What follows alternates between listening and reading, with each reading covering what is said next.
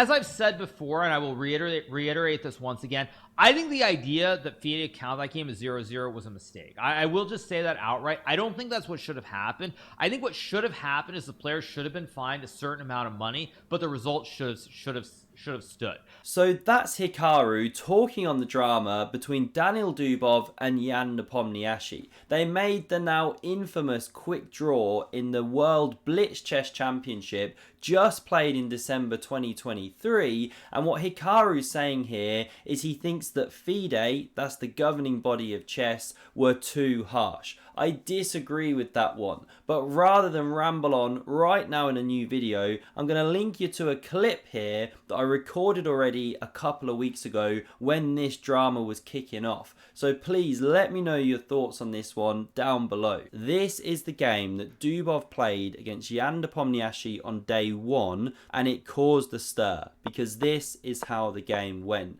The dance of the knights. That is a thing that Jan Nepomniatchtchi then posted later the day. The song by Prokofiev, you know, these knights dancing around the board, and they actually return to the home squares here, but the knights have swapped. This is how the game finished, ended in a draw. So what happened off the back of that? We'll jump to here. The chief arbiter produced this letter where he referenced the draw that was made, and after then looking into this, he decided that the above mentioned players had pre-arranged the draw, and his decision is that they were bringing the game into disrepute and that both players should be punished for this and actually not get the half point but 0 points. You know, if you want to pause and read through this whole letter, you can. And jumping now to this one, well, Jan Nepomniatchtchi, he objected to the decision. Oh wait, it says Daniil Dubov did too. Okay, so they both objected. They referred it, they appealed the decision to the appeals committee, but that was rejected unanimously, 3-3, 3 out of 3. They voted no. This stands, the decision made by the chief arbiter, and so they were both docked a half point, and we'll see the impact of that in the standings in just a moment. But first, it begs the question, well, was this the correct decision by FIDE? And jumping to this tab now, well, this is where I agree with Magnus Carlsen and many others that have said the same. So he said, I think it's a good thing that the games that are obviously pre-arranged are starting to be punished. I think the chief arbiter and the appeals committee did a good job, and that the people will think twice about pre-arranging games like that. And this is the thing, right? When you start from that beginning point of, is it okay to pre-arrange the result of a game, aka match fixing in other sports? Well, the answer always has to be no. Whether you've pre-arranged a draw, a win, a loss, whatever it might be, you just can't do that because you're affecting way too many things. Now, obviously, this then raises the issue of, well, how do you prove it? And this is the hard thing. So in a game such as that between Jan and Dubov, you can clearly see that they've pre-arranged to make that draw. Hence why the arbiter made the decision. Where it gets murky is what about this, right? When you get this infamous Berlin endgame draw, where the queens dance back and forth at the end, you make the repetition.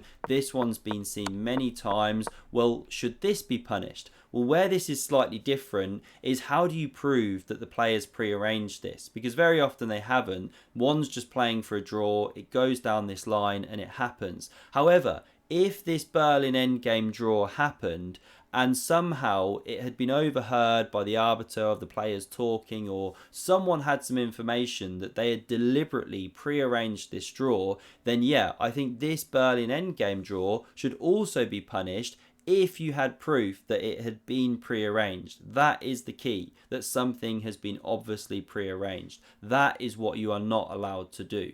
So that's my take on this. Should they be punishing more severely? Well, I think in future, yes. Obviously here, the points have got docked, but potentially even a fine. You know, if you're going to get fined €100 for wearing some sneakers, then I think this is a more serious offence, right? And that was some separate chess thing, in case you missed it. Should there maybe be a one tournament ban or something? I don't know, but I think this has to be taken seriously. And on that note, let's jump to the standings here. So Dubov, as you can see, finished a half point behind Magnus. Had his draw with Jan stood, they'd have been on level points. But again, back to my earlier point of pre-arranged games, In the final round, Dubov played Andreikin, a fellow countryman. What if those guys had pre-arranged for Andreikin to chuck the game? You know, if you look at Andreikin, he was down here in 16th.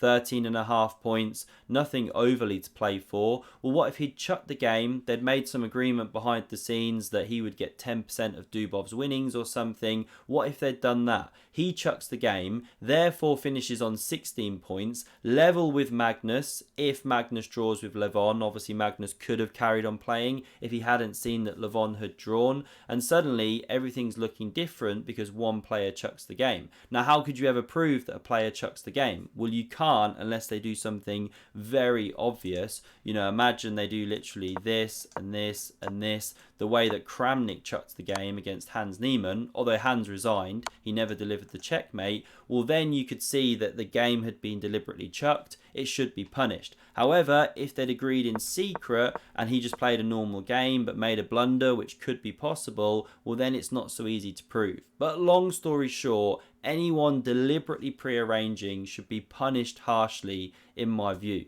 Anyway, I'd like to hear yours. This was the final standings. Just jumping back to here, Magnus did clinch it, and if you want to see the exceptional game in which he did that to start a winning streak, then check out the video on screen. Thanks very much for watching, and I hope to see you again soon. Cheers.